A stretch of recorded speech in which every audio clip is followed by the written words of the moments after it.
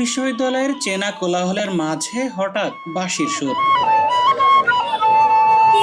এই সুরের কারিগর হারিস মণ্ডল। পেশায় তিনি একজন সাধারণ রিকশা চালক। দিনভর ঢাকা শহরের তপ্ত রোদে রিকশার প্যাডেল ঘুরিয়ে চলে তার জীবনযুদ্ধ। কিন্তু অবসরের ক্লান্তি দূর করতে তার চাই কেবলই একটি বাঁশি।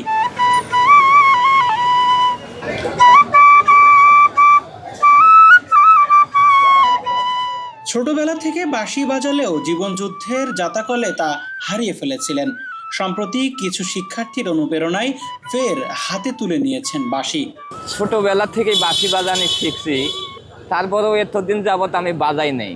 কিন্তু একদিন হঠাৎ করে ইস্কা নিয়ে আইছি ভার্সিটির ভিতরে, আইসে একটা বাঁশি আমার লগে আনছি দেশে থেকে, আনার পরে আমি বাঁশিটা বাজাইছি। বাজানোর পরে ভার্সিটির সব ছাত্ররাই আমার বাঁশির সুর শুনে সবাই পছন্দ করছে এবং কি ভিডিও করছে।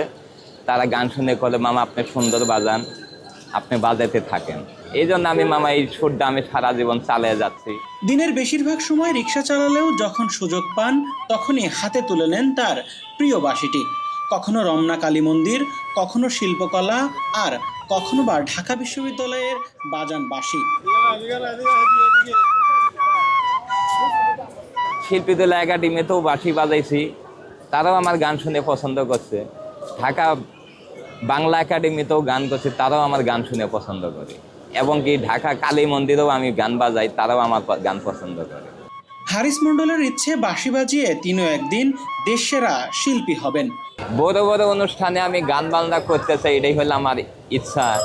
এবং কি মানুষকে যেন আনন্দ দিতে পারি, ভবিষ্যতে যদি আমি বাংলাদেশের একটা শিল্পী হতে পারি, এই হলো আমার আশা আকাঙ্ক্ষা।